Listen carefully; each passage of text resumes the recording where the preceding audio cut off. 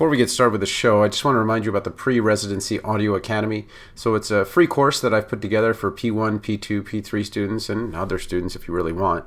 And it takes you through the residency process from what you need to do to apply, letter of intent, CV, and those things. It's free to you. Just go to residency.teachable.com and you can go through the course and check it out. Hey, welcome to the Pharmacy Residency Podcast, a member of the Pharmacy Podcast Network.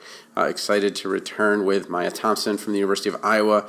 Today we're going to talk about the Naplex, and I know you have not received your authorization to test from your states yet, but what we want to do is kind of give you a way to break things up. I saw on Reddit that there was somebody who was really struggling with, now they're in residency and they want to study for the Naplex, but it's so busy. How do they break it down? They're forgetting what they just went through. What are the things that they can do? And the real big thing that you want to do is you want to get started and not let that timeline scare you. Rather, you just need to do the best you can with what you have.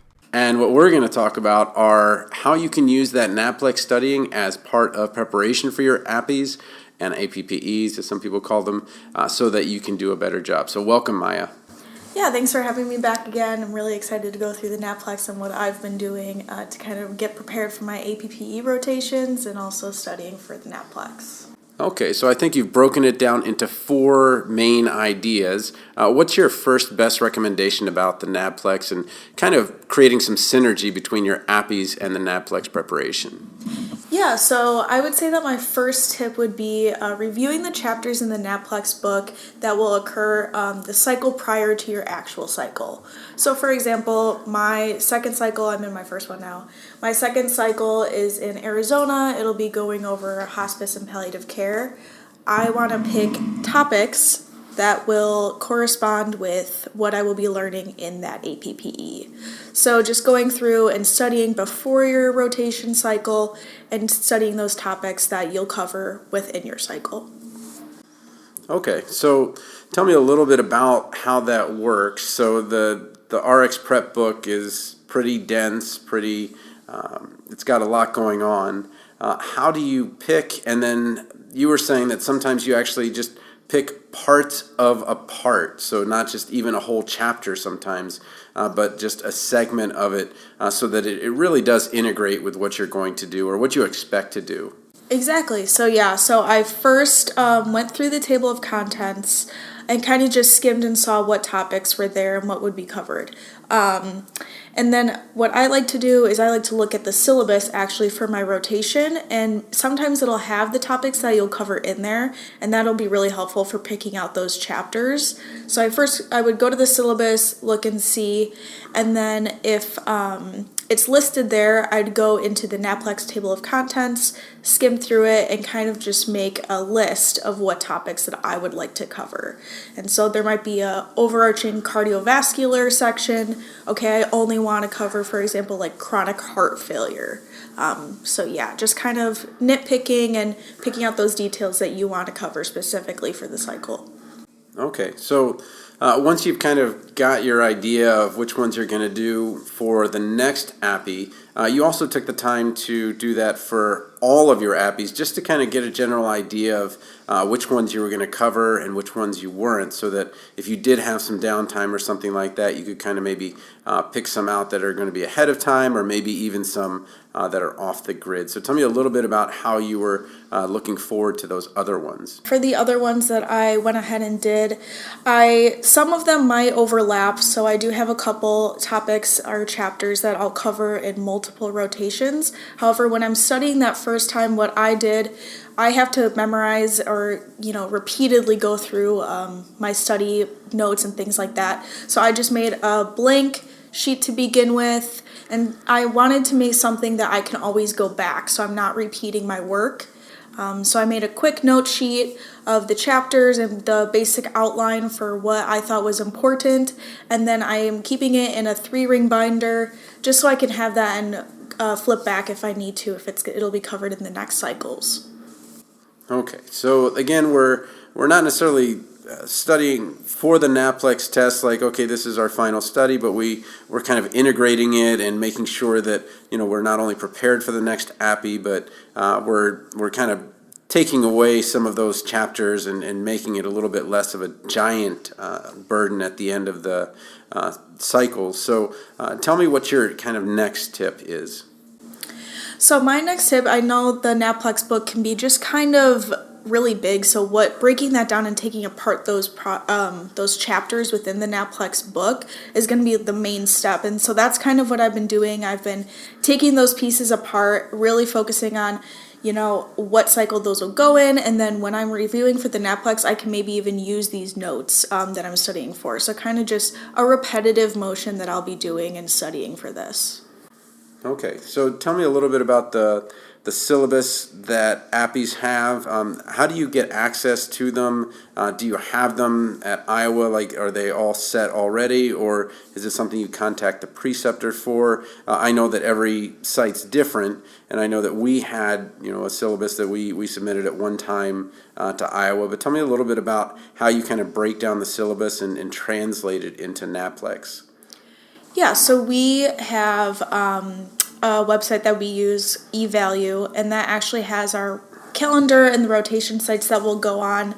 And each site has a little link that you can click on, and it tells you more about the site and what you'll encounter there. And so what I did was I just clicked on the link, I read in the APPE section kind of what the expectations were, and then maybe some topics or patient populations that you'll cover. So that was the main important thing.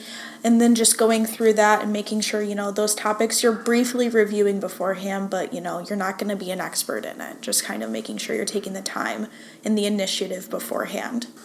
All right, so you had one more method kind of at the end. This is your own recipe for studying, and you can tell your way, and then I'll kind of go through my way. And again, we've got about a 20-year difference between our graduations, so maybe a little bit different. But tell me a little bit about how you actually are now preparing for the Naplex and how you organize everything, because it's just this really, really huge volume of, basically 3 years that you've been learning. Yeah, so what I like to do is just kind of break it down. First, I'll read the chapter, and I'll highlight. I have 4 different color highlighters. I've Okay. made a key to, kind of highlight the important factors. So I have my highlighters. I'm highlighting the main topics. And after I read the chapter, I go back and I make just like a brief little study, I guess handout you could say, for the chapter. And that's covering the main topics that I think are really important.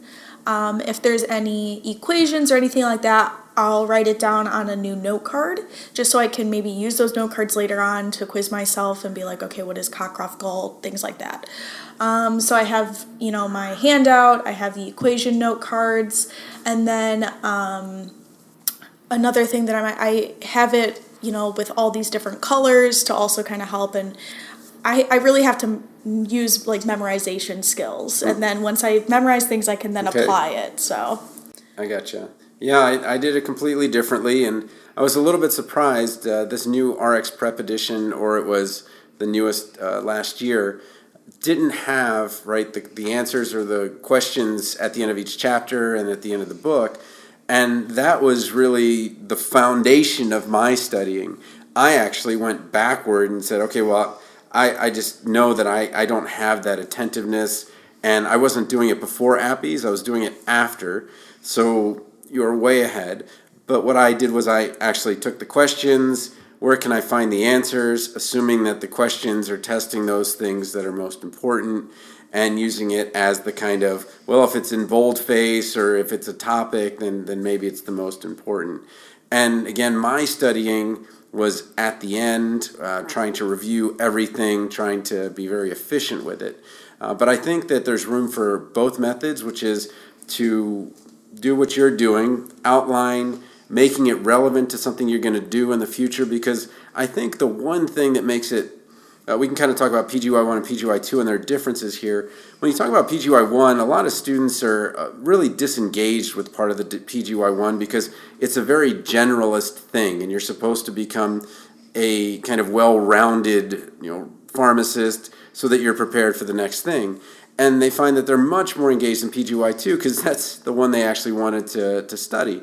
And so when you talk about pathophysiology and you're like, okay, maybe you're interested in cardio and maybe you're interested in neuro, well, you'll be good in those sections, but then all the other sections you kind of just like, all right, well, just not as interested in those. And it sounds like what's happening is that you kind of got the de facto, I'm studying what I'm interested in because I picked my APPEs, which are your interests, and then maybe the grind comes a little later where you've got all these topics that were not in there. So just one last kind of question for this.